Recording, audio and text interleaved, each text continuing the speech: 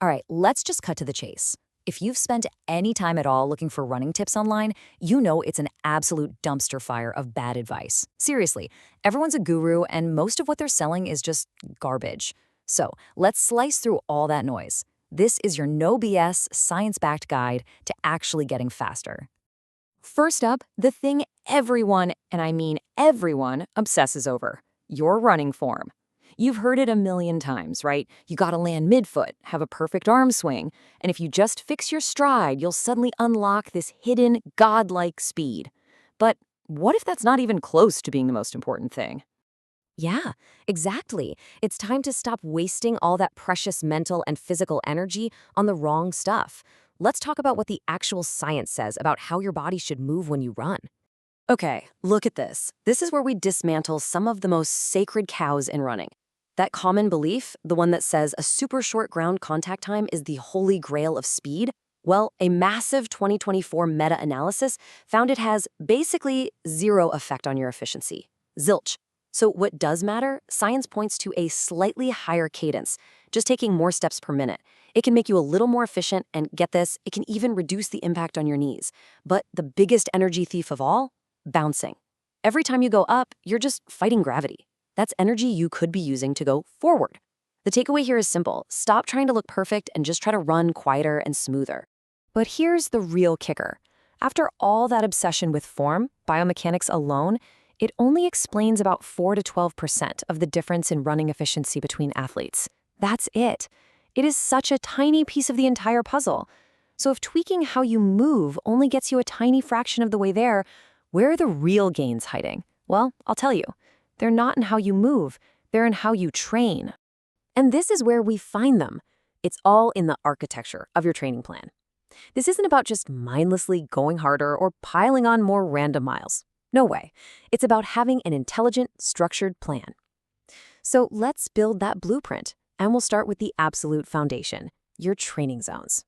To really get this, you have to understand lactate, and forget all the myths about it being some evil waste product. Just think of it as a signal of effort. Your first lactate threshold, LT1, that's the line in the sand. It's where your body goes from that comfortable all-day cruise control to a state where it's like, okay, yeah, we're starting to work now. This is the top of your zone 1, your easy zone. And then there's LT2. This is the red line. This is the point of no return, where lactate is flooding your system way faster than you can clear it out. Go past this, and the countdown clock starts. It's just not sustainable. This threshold, it's the razor's edge between your medium effort zone 2 and your all-out high-intensity zone 3. These two lines, LT1 and LT2, they are everything. So what do we do with these zones? Well, this is where training intensity distribution, or TID, comes into play. First up is what's called the pyramidal model, and just look at it. It brilliantly shows the foundation of literally all smart training. A massive, massive base.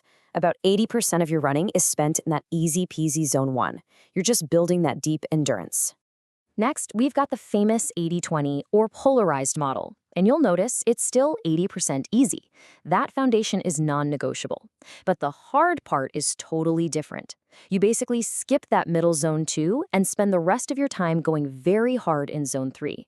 The philosophy here is simple. When you go easy, you go really easy. But when you go hard, you go really hard. There's no middle ground.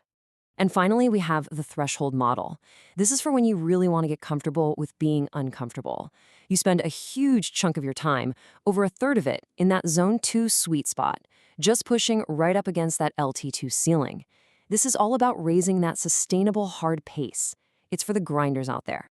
So which model do you choose? Trick question. You don't pick one. You use them all. It's a concept called periodization. This is the when of your training. You start with a base phase, probably using that pyramidal model to build a huge endurance foundation. Then you shift to a build phase, maybe using a threshold model. For your peak phase, you might go polarized to really sharpen that top-end speed. And then you taper, you rest up. See, it's a whole evolution over time. Okay, so we have the structure, we have the when, but what do you actually do during that 20% of hard work? This is about making every single hard minute count. No more junk miles that just make you tired without actually making you any faster. But before we get to the specific workouts, we need to understand the goal. Everyone loves to talk about VO2 max, your body's maximum oxygen uptake. But think of it this way, that's just your engine size. The real game changer, the thing that separates good from great, is running economy. That's your MPG. It's how efficiently you use the engine you've got. You want to be a Prius, not a Hummer. So how do we improve that MPG? With this toolkit. These are the essentials. You've got your VO2 max intervals, short, all-out bursts to make your engine bigger. Hill sprints build raw, explosive power. Tempo runs teach your body to hold that hard pace for longer, pushing that LT2 threshold up. Your long, easy runs, that's the bedrock of everything. And then, the secret weapon most runners just completely ignore: strength and plyometrics. I'm talking squats, lunges, box jumps. A stronger body is a more efficient body, and it's a more injury-resistant body. It's not just about running, it's about building a complete athlete. All right, now for the one thing that can make or break every bit of that hard training: your fueling. And listen, if you think of this as some kind of optional extra, you've already lost. At a certain level, running is an eating and drinking competition, period. And it's a sport of numbers. Your body's preferred fuel for high-intensity work is carbohydrates. End of story. And your intake has to match your output. It's simple math. On light days, you need less. But on those heavy training days, or on race day, you might need to be shoveling in 8 to 12 grams of carbs for every single kilogram of your body weight. This isn't guesswork. It is precise, high-performance fueling. And this quote says it all. It nails it.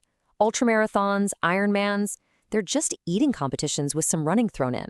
The athletes who can absorb the most amount of carbs have a huge advantage. Think about that. Often, the limiting factor isn't your legs or your lungs, it's your gut. It's a physiological arms race. And hey, while we're on fueling, let's talk about water. This isn't complicated. Dehydration makes you slower. Even a tiny 2% loss in your body weight from sweat measurably tanks your speed and your power. I mean, you wouldn't run a race with your shoes untied, so why on earth would you show up dehydrated? All right, let's talk about the fun stuff. The gear, the toys. The big question, can you actually buy speed? Is there a legal cheat code that you can just go out and purchase? The answer, unequivocally, is yes. 4%. That is the average improvement in running economy that scientists have found from people wearing carbon-plated super shoes. That's not some little marketing claim. That is a massive race-altering advantage. It's free skied. It's the difference between a new PR and just another tough day out.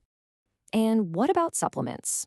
I mean, the whole industry wants you to believe there's a magic pill for absolutely everything, but the science is a little more selective. Here's the deal. Caffeine works, beta-alanine works, but most of that other stuff on the shelf, it's probably just making your wallet lighter. Be smart with your money. So, after all that, what's the one big takeaway? It's this. Getting faster isn't about mindlessly logging more miles or hunting for some magic bullet. It's a system. It's about training with an intelligent structure, fueling your body like the high-performance machine it is, and then having the discipline to actually recover and let the magic happen.